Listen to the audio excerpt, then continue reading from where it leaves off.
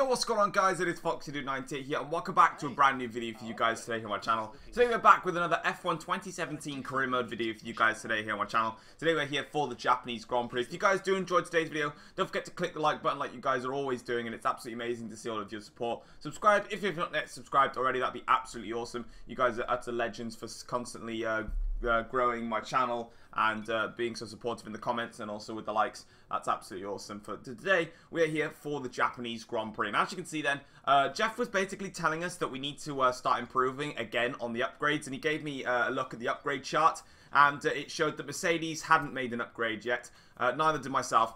And neither did Red Bull, so it's a bit of a weird one there. I'm guessing maybe Mercedes made some work. Maybe they made work on durability, because that doesn't upgrade your performance. It just makes the car more durable. So maybe that's what they did. But as you can see, we're just having a look at the R&D tree. We don't have enough resource points to do anything, but as you can see here, this is now a big problem. I'm looking at my 4th power unit elements here, and you can see that I am now on the yellow on 3 of them: the IC, the MGUH, and the turbocharger. And I have decided for this weekend that I'm just gonna, this is the track. I knew I was never gonna get these elements to the end of the season.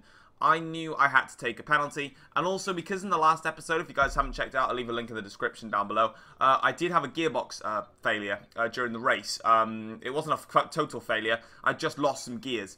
So basically what I'm going to be doing is I'm going to be changing the gearbox as well. But for this weekend, this was the track. I was never going to get these 4 engine elements to the end of the season. They were just going to be too badly worn, and I'd probably end up having an engine failure. And I knew somewhere I'd need to sacrifice the grid and take a penalty. And I knew this track, Japan, was the track I was going to do it at. So as you can see then, this is me just scrolling through the setups. Now, don't take an eye on these setups. Basically, a lot of people have been saying, like, you know, for example, do proper setup videos, and right now I don't really have a lot of time to do the setup videos, so my plan is to do a setup video when career mode finishes. That's kind of where I want to go. Not fully finished, you know, when I finish season 1, because I will be doing multiple seasons of career mode.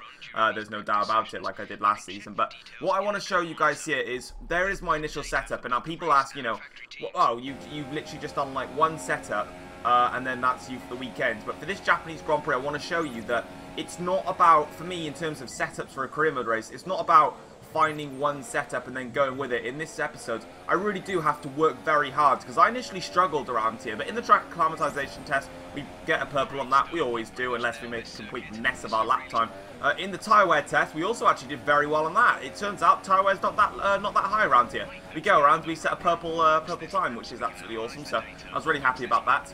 And yeah, as you can see, this is me going back to the drawing board because I wasn't happy with the car. And as you can see, there's my first little change there. I'm going to be upping it to 5.5 wings. And this is just showing you guys in these episodes that I don't just pick 1 setup. Some tracks, I put 1 setup on the car out of complete random, and it just works a treat. But for here in Japan, I had to do a lot of work, and I used these practice programs to help with my planning. But as you can see here, onto the fuel efficiency test, and I just slow it down across the line because I had delta time in hand, and went into the green, which is nice, and that's always what I'm aiming for.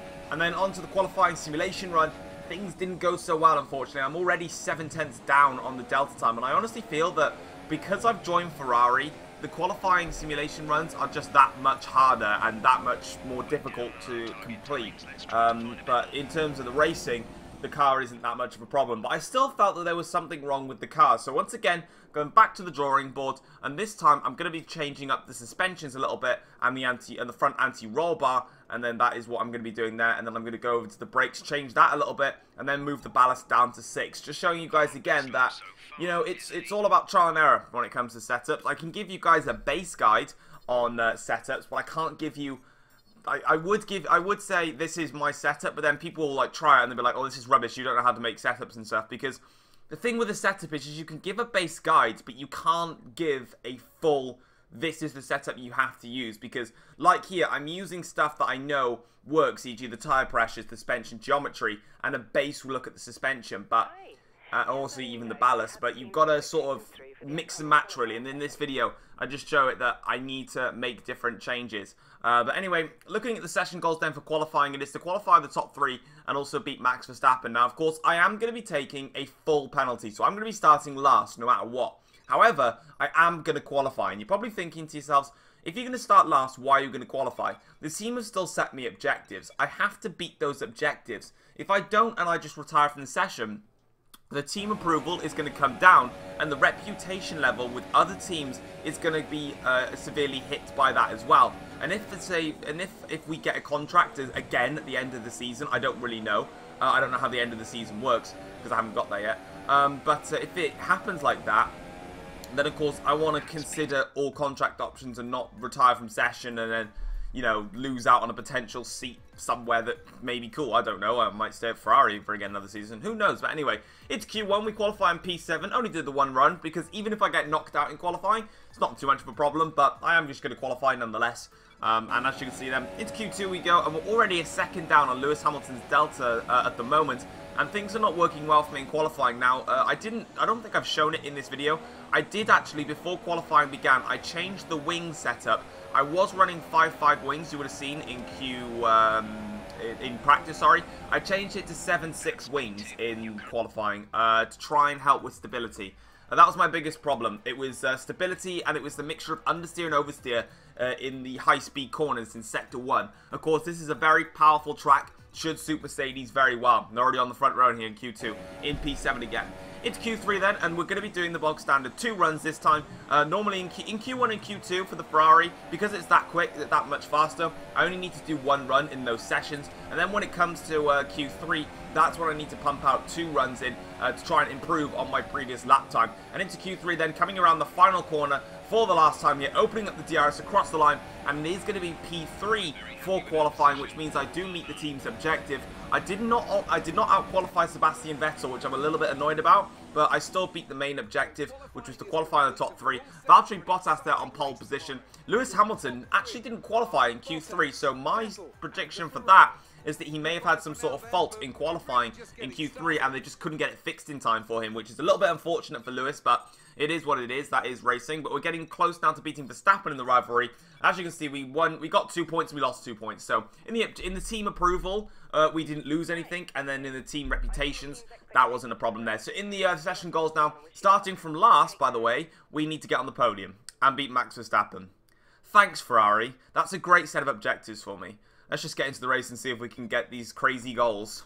And all this will be happening under the watchful eye of Anthony Davidson, who joins me for today's race. And assuming the weather holds, where do you expect to see the action unfolding today, Ant? Well, most of the time, passing here is limited very much into the final chicane, or maybe down into turn 1 if you get a good run and some assistance from DRS. But if we're lucky, we might see a bit of bravery into the hairpin, a place that Kamui Kobayashi certainly made his own in the 2010 Grand Prix on his way to a very impressive 7th place. And as you say, Crofty, this is all assuming that the conditions hold out. We know how quickly the clouds can come in here at Suzuka, and if they do, all bets will be off. We're almost ready to go then, and this is what the starting grid looks like for today's race. Good job yesterday from Valtteri Bottas. The Finn starts from pole position, and starting alongside in P2 is Sebastian Vettel. Looking down the rest of the grid, we have Ricciardo, Verstappen, Felipe Massa, and Stroll, Perez, Ocon, Sainz, and Kevin Magnussen. Alonso, Van Dorn, Pascal Wehrlein, and Ericsson, Kvyat, Palmer, Romain Grosjean, and Nico Hülkenberg. Hamilton and a Ferrari rounds off the grid. Now it's almost time to lights out, so let's go down to the track. Alright then guys, as you can see, we're on the grid here now for the start of the Japanese Grand Prix, and we're going to be doing a 2-stop race, starting on a set of super soft tyres and then making the switch to a set of soft tyres and then making another stop for another set of soft tyres in the race, and that's how we're going to do it. But a lot of grid penalties, obviously, for the Japanese Grand Prix. And it's quite weird, look at that. The back row of the grid, on the very back row, is Hamilton and myself. A Mercedes and a Ferrari lock out the back row. That's something you don't hear every day, isn't it? But anyway, we're going to get ready for the formation lap, and me and Lewis have a long time to wait because we won't be leading the formation lap.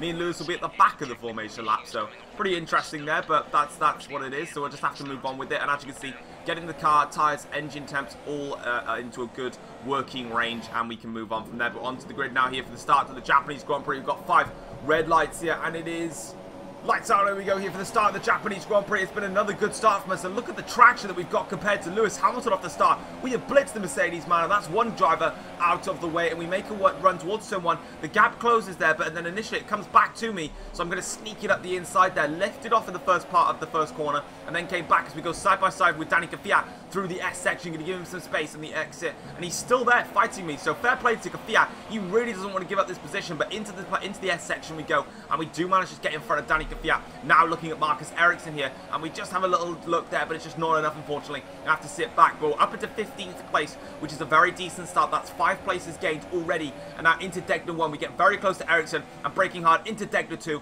We're going to get past Marcus Ericsson and get through in front of him. Next up the field is Jolyon Palmer in the Renault, and the AI is braking very early into the hairpin, so I'm just going to take a sneaky little dive at Jolyon Palmer, and I'm going to get that move done. And next up is Stoffel Van Dorn in the McLaren Honda, so we should be able to get past him with ease, because of course the McLaren Honda has got a very, very weak power unit, and with this being a power circuit, it's not going to help him out much. As we'll have a look into Spoon Corner now. We're going to try it, bumping and barging, getting the elbows out there. That was a bit of a rash move, I'm not going to lie. I look back on that and I think that was a bit rash, but I sort of connected with his rear both our rear wheels connected, and then that sort of pushed us into our front wheels. But at the end of the day, I needed to get Van Dorn as quick as I could, and a little bit of bumping and barging. That's racing, to be honest. You know, if you have a bit of wheel-to-wheel barging and you complain about it, then you're not really a racing driver, in my opinion. As we go down the inside of Fernando Alonso now into the chicane, and we make that one work with a little dive bomb there, and through into the chicane, not cutting the corners, which is nice there. And on to the end of the first lap, we're up into P11, and we've already cleared nearly half the field in the first lap. But it's going to start getting to the point now where we've got some slightly tougher drivers. And on to lap 2 of the Grand Prix,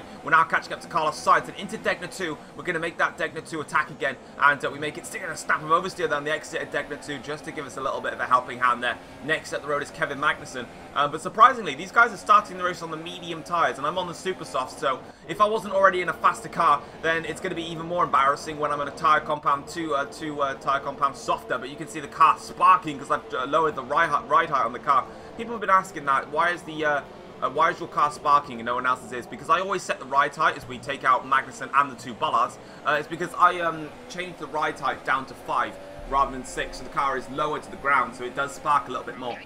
So yeah, as you can see then, DRS has been enabled. On to lap 3 of the Grand Prix now. I believe we've got some yellow flags out there, and Ocon is next on my hit list, and this hairpin is the Kamui Kobayashi corner. It's now turning into my corner as we get past him there, and Kevin Magnussen, I believe that was, out of the Japanese Grand Prix, so a bit of bad luck there from Magnussen. He's running in a very strong position, but unfortunately it's not to be. On to lap 3 of the Grand Prix now. Going to start lap 4 of this Grand Prix. We're catching up to Perez, and we're flying in this Grand Prix now, setting a 1:33.625, the fastest lap of the race so far, as we look to hunt down Sergio Perez. And on to the end of lap 4, it's taking us just a whole lap now to catch up to Perez and into the chicane. I think you can kind of guess what's coming here. Kind of want to get through this field quickly, so if you don't mind me, Sergio, I'm just going to brake a lot later than you, keep the car on the track, and make that position stick. And we're up into P7 now. P6 is Massa, Stroll is 5th. Then it's the 2 Red Bulls. Then I think it is Bottas, Vettel, and someone else. I'm not really 100% sure. But as you can see, then we've caught up to the back of Felipe Massa, and we want to get a move on Felipe. We can see Vettel there and Bottas on the mini-map as we go down the inside of Massa into this famous my corner now. And then we're catching up to Lance Stroll in the other Williams car. We need to get past them as quick as we possibly can. Of course, they are quick in a straight line though, so they're going to be no pushovers. So we really need to put this car into rich res and see what this Ferrari car has got. But as you can see in the corners, just closing up all the time on Lance Stroll here. And now, as you can see, sliding a little bit on the exit. And now we get onto rich res, and we're in the slipstream of Lance Stroll. So we should get this move done quite easily here as we stay in the slipstream of Lance. We're going to move over to the inside line, and we're going to go for it into 130R. This is going to be a bold move. Side by side into 130R. My car slides along a bit. Lance, in fairness, holds it around the outside of 130R, but into the chicane, we get the move done. And then finally, we are back in front of Lance Stroll. But Lance didn't quite like trying to get mugged off into 130R by myself. And he's coming back at me now with some DRS and some slipstream. I'm under pressure here from Lance Stroll with that straight line speed. Like I said earlier, is a threat from the Williams, and in towards turn 1. We're going to have to be bold on the brakes. Incoming camera. Sorry, my Ferrari car might have just ran over the camera on the curb, but never mind. And as you can see then, we managed to make it through on Lance Stroll quite comfortably there. And on to lap 8 of the Grand Prix now. We're up into 4th place, closing down Max Verstappen, but we are going to be coming into the pits for the first time as we slide towards our pit box here. and we're going to be coming in for the first of 2 stops in this race. Hopefully we don't get held up. I can see a Force India and also a Williams making a pit stop here. So coming on for a set of soft tyres, and we are held up very slightly because of Lance Stroll, and that is quite annoying, unfortunately. Stroll did go past, but unfortunately he was just a little bit too far back that we did have to wait for him, which is kind of annoying. But it is what it is. It's fine. We'll work from that. And as you can see, coming out of the pits now, I believe Sergio Perez has jumped Stroll, and no, Perez was in front of Stroll in the first place. But coming out of the pits, that hold up by Stroll is costly because Felipe Massa actually secures the undercut and has got back past us again, which is really frustrating. So yeah, I'm not quite happy without that. So I think Felipe Massa, he didn't quite learn, basically. I got him into the hairpin the first time. I'm going to do it again. So I don't think Felipe seemed to have remembered that I like to brake late into the hairpin. And the AIs, they do brake very early into that hairpin. I've been watching a lot of people's career modes at the Japanese Grand Prix, and they brake very early into that hairpin. So if you are racing around Japan, feel free to go for it into the hairpin. You're not going to risk anything because the AIs, they are very slow into that hairpin. But onto lap 8 of the Grand Prix now. We are now catching up to Stoffel Van Dorn, and as you can see, closing all the time. But I'm just going to lift off into the first part of turn 1 and then make the dive in the second part of the corner there, because it just closes off into the first part of the corner. So I make that move stick, and now onto the next, or further on into the lap, we're now catching up to Hulkenberg because we're going to go for it down the inside of Degner 2 here. Lovely move there on the inside of Nico Hulkenberg. So we've got Ericsson, one of the Toro Rossos, and a Haskar all training up together. And yeah, I'll just take all of you. Excuse me. That's a nice hairpin. That's a nice double overtake. Thank you very much. Moving onwards now to Marcus Ericsson. So we're really slicing our way through the field in this Grand Prix. This is what I expected. This is what I knew. And this is what I wanted. This is why I picked the Japanese circuit, or Suzuka, to do the grid penalty, because I knew I could just fly through the field just like this. Marcus Ericsson, very, very poor Sauber. I will just get past him very quickly and onwards and upwards up the field. And now next up the road is Daniel Ricciardo. He's quite a way up the road, so it's going to take us a little bit of time to catch him, but at least we've got past the majority of the back markers, and now we can move forwards onwards. On to lap 11 of the Grand Prix now, and Max Verstappen is actually right behind me. He's actually pitted for a set of super soft tyres, but the virtual safety car has come out because Danny Kvyat is out of the Grand Prix, and the gap between myself and Ricciardo is 3 seconds, and Verstappen is just half a second behind, as the virtual safety car is going to end here up the Dunlop curb now towards the 2 Degner corners. But we're still making an inroads, and Verstappen there is getting very close. Onto the end of lap 13, Bottas and Ricciardo are getting horribly held up by someone in front, and that is allowing me and Verstappen to get right up behind these guys, and into the last corner we brake very late. It's Carlos Sainz doing an absolute worldie of a job, holding up Bottas, holding up Ricciardo, and allowing me and Verstappen to get right in the mix now. And we could have put this car into rich revs. I accidentally clicked the wrong button there, but as you can see, Bottas flies through with DRS on Sainz. Now this time Daniel Ricciardo might look for it into turn 1. I'm going to lift off again, and then I'm going to stink my nose in, and down the inside of Daniel Ricciardo, we make the move stick on the Red Bull driver, and that's a very sneaky move. And I really want to say a massive thank you to Carlos Sainz for holding up the field there and allowing me to get through, as Bottas though begins to pull away. I'm now stuck behind Sainz, and I need to get past Sainz quickly because Bottas is on a set of medium tyres. I'm on a set of soft tyres, so I want to take advantage of my quicker tyre compounds while I've still got them. But it looks like I'm going to have to wait a little bit here as Sainz begins to pull away slightly through Degner 1. Look at the speed that we're carrying. Look how hard we're pushing. Getting right on the ragged edge of the curbs there. Really nice stuff there. And we're up into P3 now, onto the podium at the moment. Next up the road is Valtteri Bottas. And as you can see, here is my main rival, Valtteri Bottas. We always like a little scrap, me and Valtteri, and we might be going for round a billion against Bottas as we go into the chicane now. I was going to lunge it on Bottas, and trust me, if I wasn't going to come into the pits, I would have lunged it. But at the end of the day, I knew it was my pit window, so what's the point in lunging it on Valtteri if I'm just going to come straight into the pits? So I'm going to come into the pits, and this is going to be crucial because I'm now going to get an undercut on Valtteri Bottas. I don't know when he's coming in, and I don't know what tyres he's going on to, but no matter what, I am going to get the undercut, which is going to be big in this race, and it's going to probably help me out quite a bit. So we're going to let this one roll, and we're going to see if we are still in front, and hopefully it should work well for us. If not, then we'll just have to try and catch him on track, but hopefully the undercut does work as Lewis Hamilton there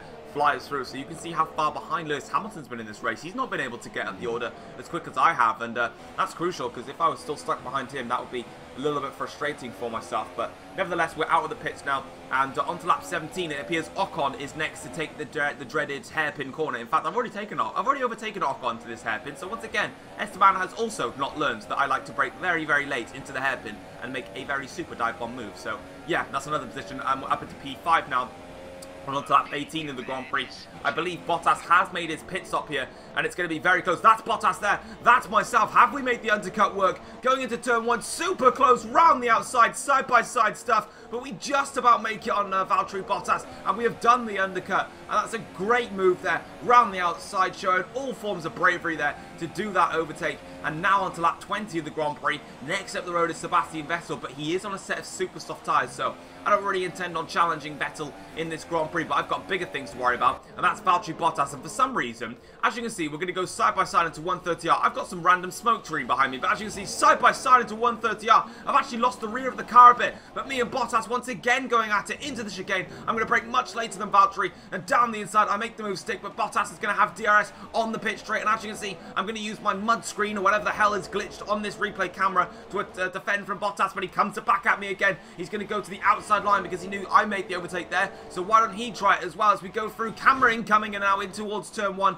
Bottas just goes a little bit too wide there, doesn't get the switch back on, and we stay in front of Valtteri as Hamilton sets a fast lap of the Grand Prix so far. But that was the only little mini scrap that me and Bottas had. I was able to stay in front of Valtteri for the time being. Sebastian Vettel wins his second race in a row. He won the last race in Malaysia. He comes back again and wins here in Japan. But from starting last on the grid, after taking my penalties for my 5th power unit and a brand new gearbox, we have sliced our way through the field, and somehow it is a 1-2 for Ferrari. I'm not sure how on earth that has happened, but we have been very clinical today, and we have got lots of overtakes done, and we've been working very hard that race. That was a really fun race for myself. I absolutely loved coming through the field, and especially doing it around Japan. I knew this was the right circuit to take the power unit penalties, and yeah, really happy with that. And as you can see, Sebastian Vettel there celebrating as he picks up his second win in a row, and he's on a little bit of form now, so yeah, Sebastian looking to come back at us in this championship.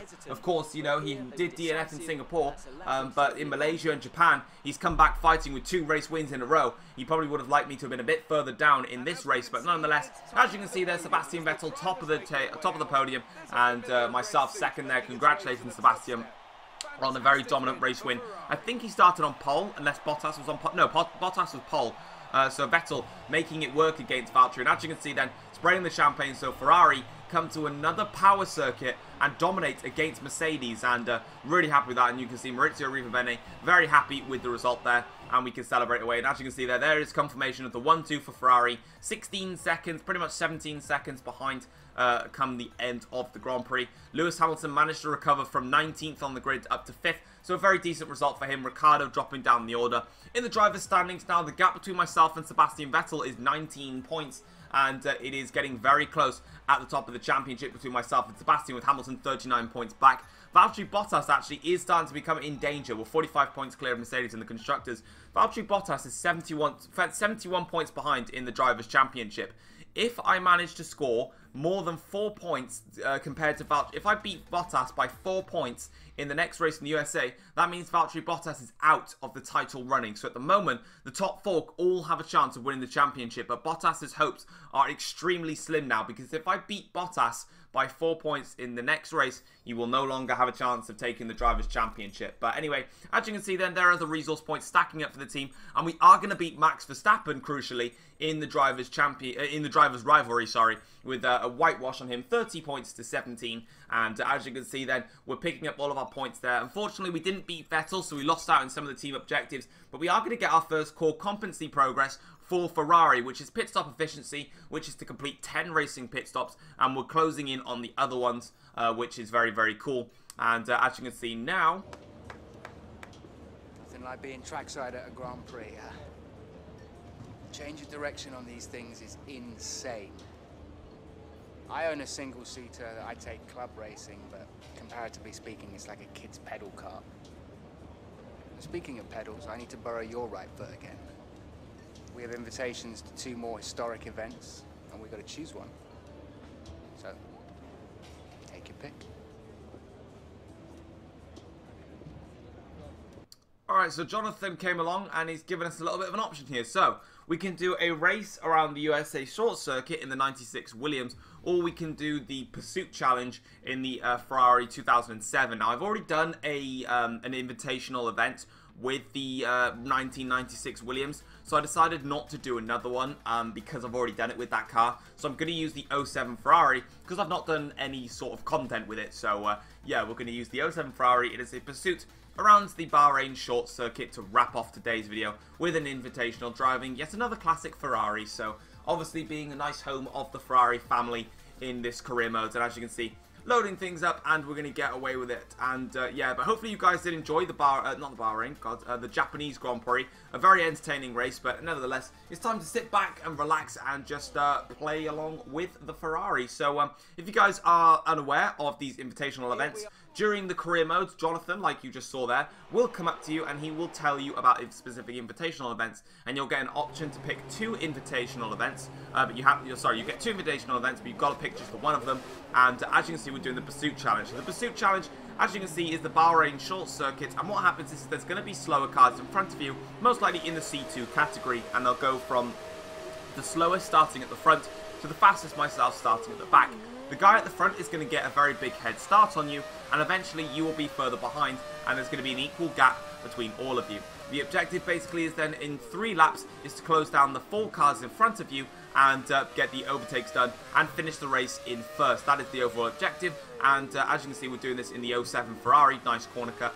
Yeah, we got to get past quite a few drivers. So without further ado, I'm going to let you guys listen to this classic event without me talking, and I'll be back when this classic event ends.